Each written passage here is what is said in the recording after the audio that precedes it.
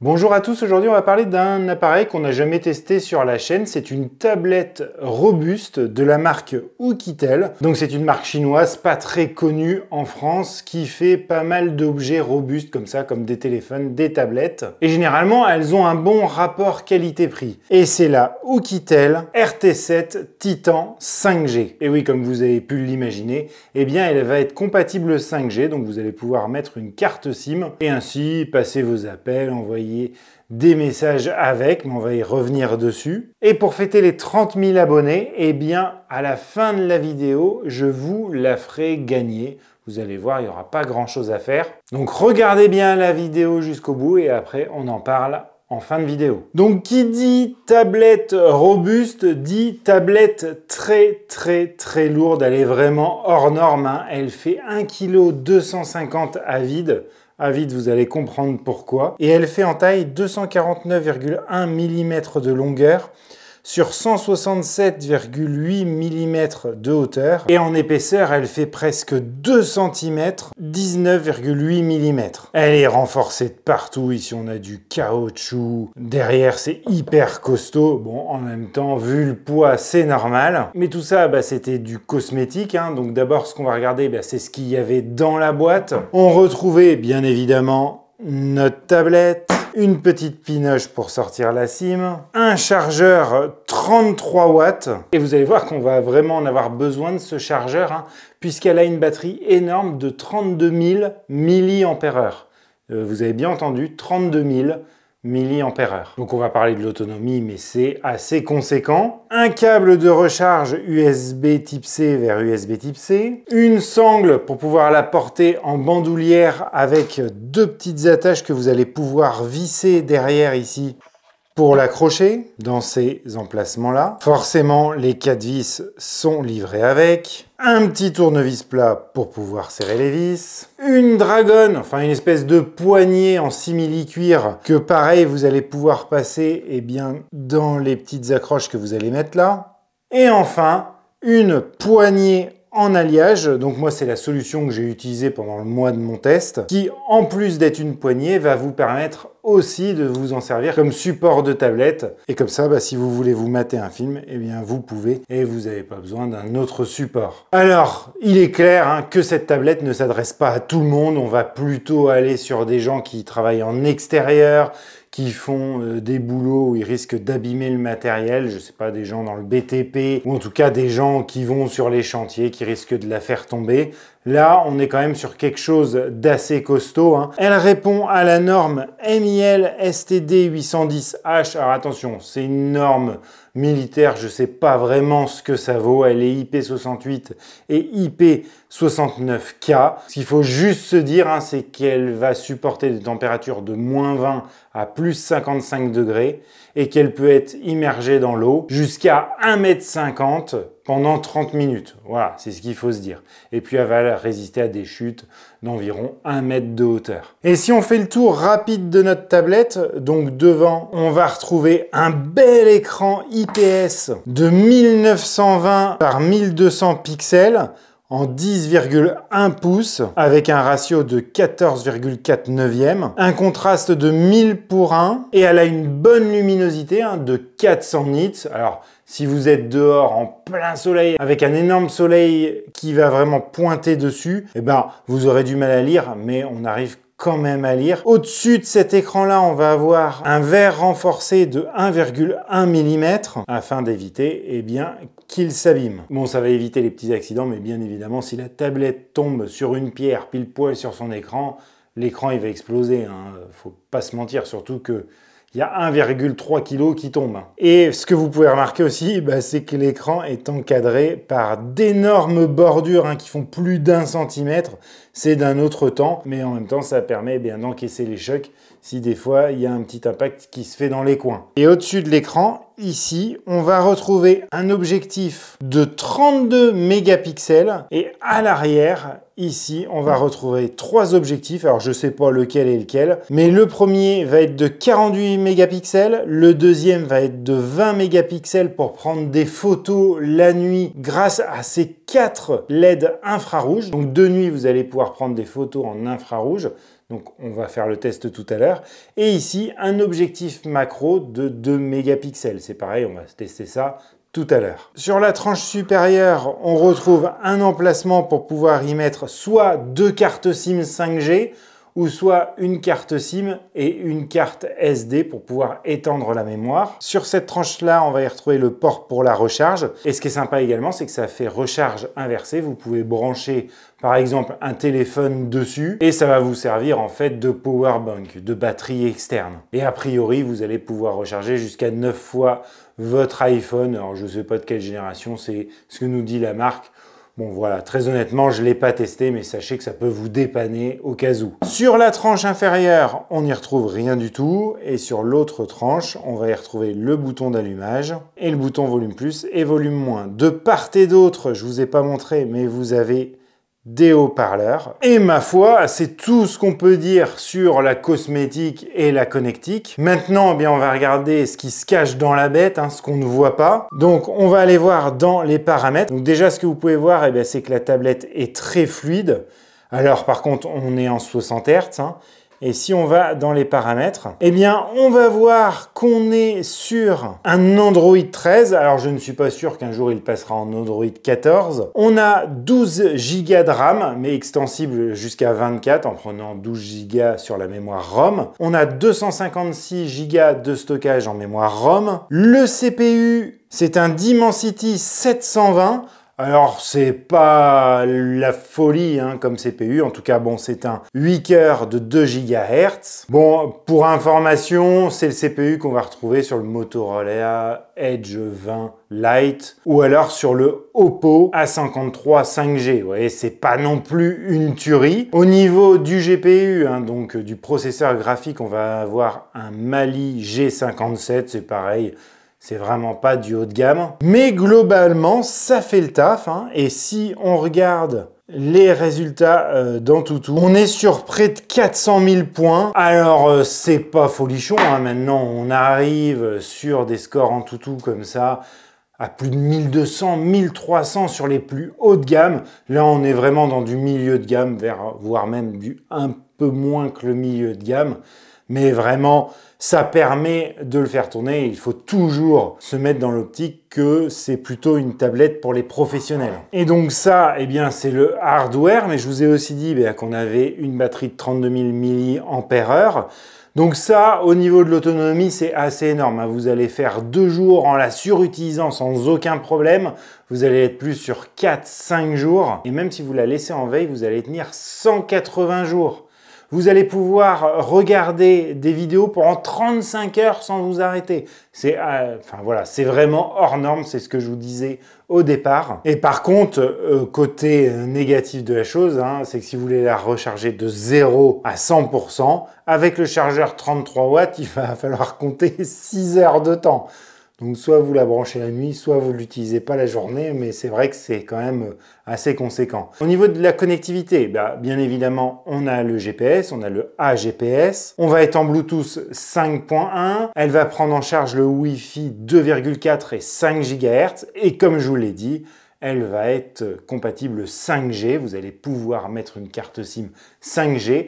Et elle prend en compte pas mal de bandes. Alors en tout cas, moi, je suis chez Free. J'ai mis ma carte SIM dedans, ça a marché impeccable direct, mais je vous marque en dessous toutes les bandes qu'elle prend en charge. Et donc ça, eh bien, ça va vous permettre plusieurs choses. Ça va vous permettre d'envoyer des SMS, mais également de passer des appels. Alors bien sûr, vous n'allez pas tenir votre tablette comme ça pour appeler, vous allez appeler en main libre. Donc eh bien, écoutez, je vais vous faire écouter le son du micro. Alors vous entendez très bien les gens qui vous appellent, mais là on va passer sur la tablette, comme ça vous allez entendre bien ce que ça vaut. Et voilà, là je vous parle, j'ai posé la tablette juste devant moi et même je filme avec, donc comme ça vous permet de voir la qualité de l'image à l'intérieur. Et vous entendez le son du micro, j'espère qu'il est bon. En tout cas, j'ai passé plusieurs appels et à chaque fois, les gens que j'ai appelés ont trouvé que le son était bon. Voilà, donc comme vous pouvez le voir, ça suffit largement. Et puis, si vous l'avez dans les mains et que vous voulez appeler quelqu'un, même sur un chantier, ça devrait le faire quand même. Mais on parle boulot, et il n'y a pas que le boulot dans la vie. Et même pendant votre pause de midi, vous allez peut-être vouloir écouter de la musique. Donc je vais vous faire écouter un petit peu de zik. On va d'abord faire un test stéréo pour savoir si on est sur une vraie stéréo ou pas. Donc là, j'ai bien le son qui vient de gauche.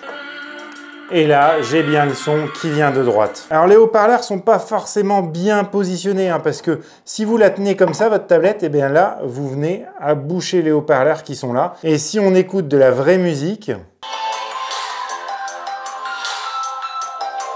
Bon, là, c'est pas exceptionnel, mais enfin, en même temps, c'est une tablette, donc forcément, les basses sont quasiment inexistantes. On a pas mal d'aigus, c'est même plutôt criard. On va lui pardonner, c'est une tablette, et puis après, si le son est pas bon, vous mettez des petits écouteurs Bluetooth. Voilà, c'est pas folichon, mais vous pouvez quand même regarder une vidéo, par exemple YouTube, une vidéo de ma chaîne dessus, vous entendrez correctement le son. D'ailleurs, en parlant de vidéo, on va aller voir une vidéo de ma chaîne, justement, puisque moi, je les filme maintenant en 4K. Bon, là, on n'est pas en 4K. On va regarder sur quoi on peut passer. Et on peut passer en 2160p. Donc, alors, c'est pas vraiment le 4K, parce que quand on parle de 4K, c'est horizontal, là, c'est vertical. Mais enfin, voilà, on va dire que c'est du 4K. Et oui, ça le lit complètement, en tout cas ça le décode, ça ne l'affiche pas complètement, puisque on est en 1920 par 1200, mais franchement l'image est hyper agréable. Voilà, c'est hyper joli. Alors ça rend pas super bien sur mon téléphone, mais je peux vous dire que on peut largement regarder un film dessus sans aucun problème. Et sur votre chantier, vous allez peut-être utiliser des gants, donc vous n'allez pas vouloir les enlever pour manipuler l'écran de la tablette. Donc là, j'ai pas de gants sous la main, mais je vais utiliser une petite lingette microfibre et vous allez voir que, on peut quand même utiliser l'écran avec des gants. Bref, tout ça pour vous dire que vous allez peut-être aussi vouloir prendre des photos et des vidéos. Donc là, on va avoir plusieurs possibilités. Donc soit avec la caméra selfie, hop, coucou, c'est moi. Vous allez pouvoir filmer en 1080p. Et autre chose importante, il n'y a pas de stabilisation. Ou alors, prendre des photos en 32 mégapixels en 4 tiers. Vous avez aussi un mode beauté. Alors ça donne ça et franchement, c'est pas super, puisque ça lisse vraiment trop les traits du visage. Et puis après, vous avez en mort, vous avez l'option de filmer en noir et blanc. Attention, là, on ne parle pas d'infrarouge, on parle juste de noir et blanc. Et après, sur la caméra arrière, on va pouvoir faire des vidéos. Donc là, on va aller jusqu'en 4K. Donc c'est du 4K. Vous allez voir, là, je vais filmer à l'extérieur. Vous allez voir que ça saccade pas mal. À l'arrière, on va pouvoir filmer donc en 4K. Là, c'est pareil, il n'y a pas de stabilisation. On va regarder ce que fait un petit peu le focus. J'ai l'impression que ça saccade pas mal.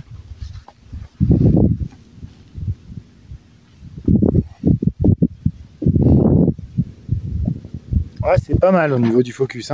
Vous pouvez prendre aussi des photos. Donc comme vous pouvez voir, c'est vraiment pas mal. Vous avez aussi un mode beauté, un mode macro. Et là, je vous montre une photo d'une tomate et vous pouvez voir que c'est quand même pas mal et pourtant on n'est qu'en 2 mégapixels.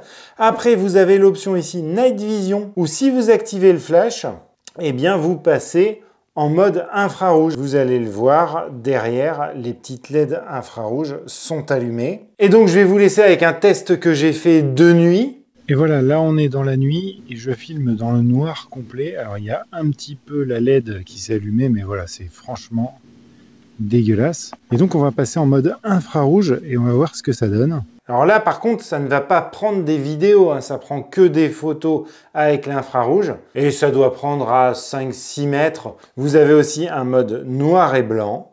Et après, dans mort, vous avez un mode nuit, un mode pour avoir un bokeh. Bon voilà, sachez que ça existe. On n'est pas hyper bien détouré, je vais vous le montrer tout de suite. Voilà, c'est franchement pas top, on a une espèce de halo autour de nous. Bon, ça, c'est à oublier très clairement. On manque un petit peu d'images par seconde en 4K, mais ça fait pas mal le taf. L'autofocus est plutôt rapide. Bon, pour ça, je valide, sachant que c'est vraiment dans un domaine professionnel qu'on va l'utiliser. Et maintenant qu'on a vu tout ça, il va bien falloir se détendre. À la pause de midi, vous voulez jouer à un jeu ou le soir en arrivant chez vous, ça va être possible. Alors il va falloir faire quelques concessions sur certains jeux, mais vous voyez que là, j'ai installé PUBG mobile.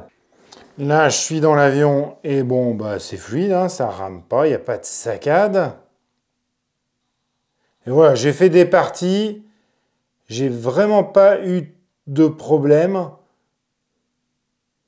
Voilà, PUBG, c'est largement validé et en plus, c'est assez joli. Et puis bien sûr, Clash Royale, Clash of Clans, ça marche impeccable. Maintenant, on va passer sur le test ultime, Genshin Impact. Alors très honnêtement, c'est pas un jeu auquel je joue vraiment. Le jeu, il faut l'avouer, est un peu long à charger. J'ai pas eu l'impression que la tablette chauffait lors de mes longues parties de jeu. Le temps qu'elle charge, je dois vous dire aussi que Fortnite, j'ai pas réussi à l'installer. Il me dit que la tablette n'est pas compatible. Voilà, c'est pas d'une beauté extrême, hein. Je l'ai connu ce jeu bien plus joli, mais eh bien, on peut jouer. C'est plutôt fluide. Un petit raté de temps en temps, mais bon, globalement, on va dire que vous pouvez jouer également, même si eh ben, c'est pas le but premier de cette tablette, mais le Dimensity 720 fait quand même plutôt pas mal son job. Et bien voilà, j'espère que vous avez pu vous faire votre propre avis sur ce Oukitel RT7 Titan 5G. Alors pour tout vous dire, au début, Oukitel devait m'envoyer le RT6 qui était bien moins cher. Là, il m'a envoyé le RT7 et quand je l'ai reçu, j'ai regardé le prix.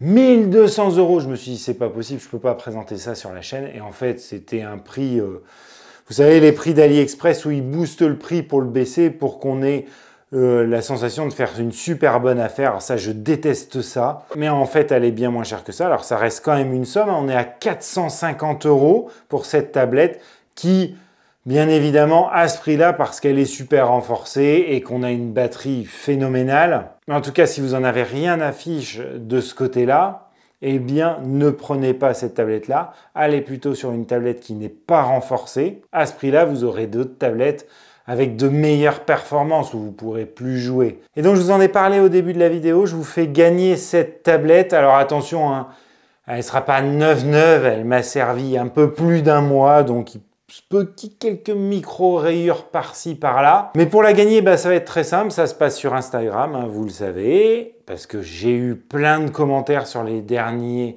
concours, comme quoi c'était n'importe quoi, que je demandais de changer de plateforme.